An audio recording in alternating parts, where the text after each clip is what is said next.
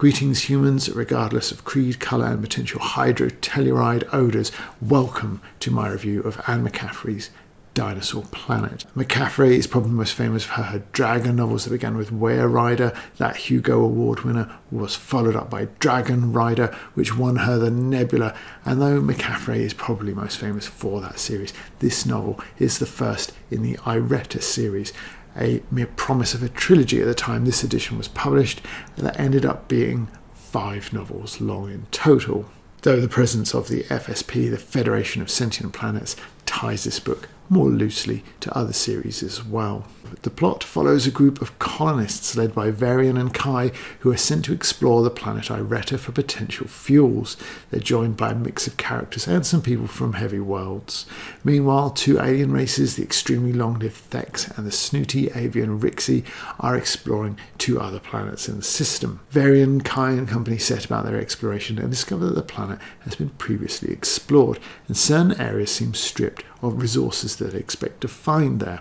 They also discover anomalies in the local fauna. Seemingly most planets' evolution would lead to the predominance of one type of life or another, but this planet seems to have developed both. Among other things, this leads certain members of the group to believe that they have been planted, i.e. sent to the planet unwittingly, never to be picked up again. A dangerous suggestion that few initially believe. Intrigue builds, though, as they discover that they have lost contact with the mission's leadership and as they encounter more and more inexplicable life forms on the planet. Witnessing a native carnivore's attack on one of the other species locally and the discovery of fermentable fruit excites passions in the group, especially among the heavy worlders. Later it is discovered that that group have set up a camp on their own, and even worse, that they have been hunting species they were supposed to be studying and eating their meat. The FSP having evolved beyond the eating of flesh, the rest of the group view this with horror. However, they have little time to complain before the heavy worlders round them up into a makeshift prison, steal everything of use, and then herd dinosaurs to trample that prison and kill them. Not an over-elaborate plan with an obvious flaw in any way, unless you count the missing boy and the missing power packs for the space shuttle they're leaving behind as a flaw. Shockingly, Kai and the others somehow managed to escape in the space shuttle using their missing power packs the missing boy had. They then fly to a cave and, awaiting a rescue they're unsure will ever come, they go into cryogenic sleep, which is where the book ends. And if the series had ended there as well, it might have elevated Dinosaur Planet towards something remarkable, almost like the way the ending to the Italian Job, or to a lesser extent Total Recall, does. There's something to be said for the ever unanswered question. What happened to them? Perhaps we don't find out in the sequel anyway, and that would be rather freeing. Fans of the series could debate what happened, propose answers and fill in the gaps with a wealth of fan fiction, kind of like a JJ mystery box. But good, because some of the wealth of possible answers might actually make sense and be interesting. And Dinosaur Planet, despite a fairly underwhelming title, is actually more thoughtful than you'd expect. The first 2/3 of the text really describe the exploration the group does, their finds, potential sites for further exploration, and a fairly intricate and fairly interesting piece of world building. The reason it works, though, is that there is a small current of intrigue building really early on. Are they planted? Is that why the heavy worlders are acting strange, or is there something else going on? Add to the mix that there are in the group 5 or potentially even 6 well-rounded characters. The biologist, Trizian, is rather blinkered, obsessed with his work to the point he can't see beyond the rim of his spectacles. The one of those that's probably the most underused is Gaber, the map maker. He's the Weasley one, the Dr. Smith, almost whining about almost everything and setting in motion the rumour that they've been planted on Ireta. But his betrayal is basically negligible, as the heavy worlders, when the mutiny start, simply don't require anything from him. It's a shame he wasn't given the extra string to his bow, because he's a fringe whiner rather than an active player. But then the book is 188 pages short and has no business covering as much as it does, really. Kai and Varian are likeable leads, if a little on the wimpy side when push comes to shove, and the relationship, which again feels pushed to the side on occasion, really is what sets up the ending to work or not. If you care about them at that point, then it does, and for me it did. Maybe it won't for everyone, because Dinosaur Planet, for all it gets right, also makes things hard for itself. The Thex, for example, contribute to the intrigue a touch, but a very small one, and offer a glimpse of hope of rescue in the ending that isn't required, because if their mothership is due to contact their logs anyway, then there is already hope. 1% is all it takes for that to work. The Rixie, though, the other species, they offer little to nothing, perhaps weak comedy, but nothing else unless McCaffrey changes tack completely in the follow-up. I still can't even see how they're required there. Because when you attempt a verisimilitude of interplanetary exploration and studies of alien biology, you introduce a degree of subject terminology as well. Those herbivores we've been shadowing are not only vertebrates, the things are pentadactyl too. The cell formations on those marine specimens is a real innovation. There are filaments, 4 different kinds.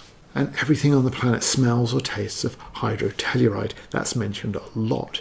The authenticity and grounding of that dialogue, though, contrasts a touch with other things McCaffrey introduces, not least the mystical discipline, the way of the mind elevating the body's capabilities by entering a trance-like state. Add to that the ridiculous names that they give the animals they find on the planet, for example, calling the local predators fang faces, and the fracking, embarrassing swearing alternatives she uses like raking and particularly fardals.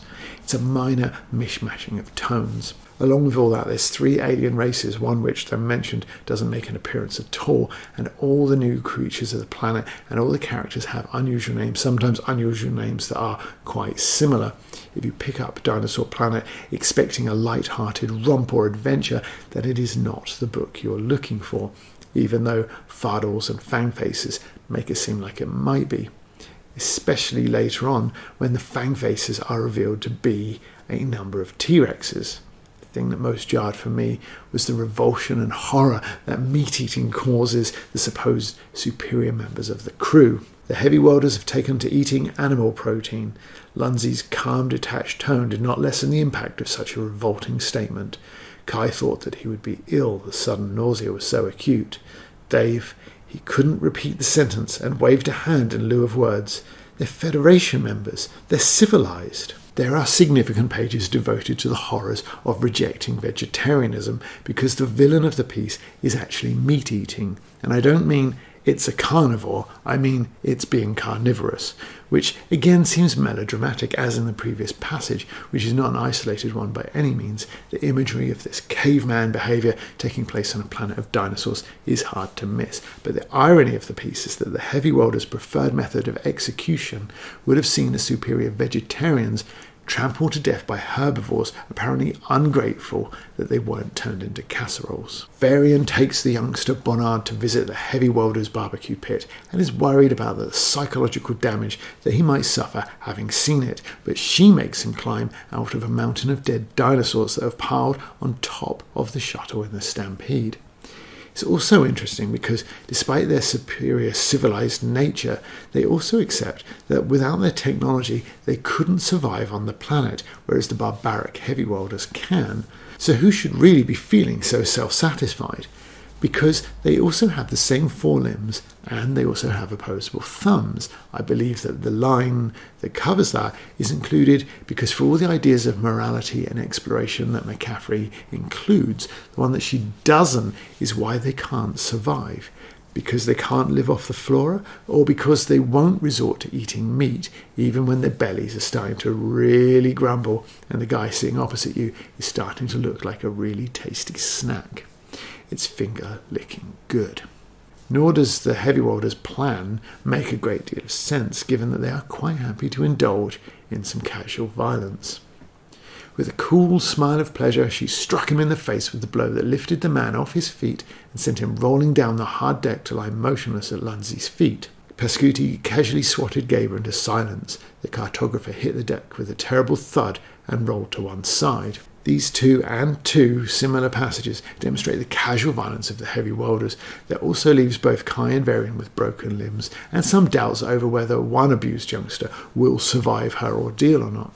Gaber, incidentally, is killed, which is relevant because if you're prepared to kill with your own hands, why cause the herbivore stampede to try and kill your prisoners? Just kill them yourself.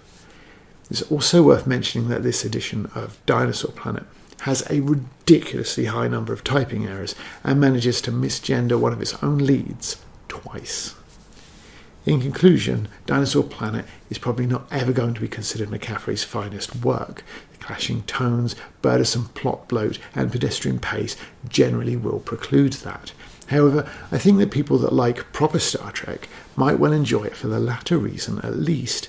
But there is also an ensemble piece and a decent set of characters who are likeable enough to want to know or imagine how things will turn out for them. Dinosaur Planet thoughtfully builds a current of tension and mystery right from the start and manages to keep things interesting even with that loping pace. I think Dinosaur Planet is probably as easy to like as it would be to dislike. It's very comparable to another novel I read recently, Larry Niven & Co.'s Legacy of Herod, and for me, Niven's is a far better option. But this is a pretty short novel, and it's likely that if you can find time for one, you can find time for both. Let me know which one you prefer. Thanks for watching. Liking and subscribing is the way to support the channel. If you do that and ring the bell, I will see you in the next one. Bye.